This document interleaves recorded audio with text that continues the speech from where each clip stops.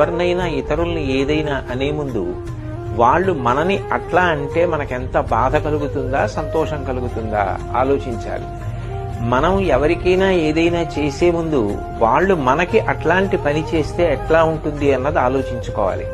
మనం ఇతరులను ఒక మాట అంటే వాళ్ళు బాధపడతారు అని తెలిసినప్పుడు అటువంటి మాటలు మాట్లాడకూడదు. ఏ పని చేస్తే ఇతరులు బాధపడతారో అటువంటి పనులు అసలు చేయకూడదు. ధర్మాలలోకెల్లా పెద్ద ధర్మం అదే.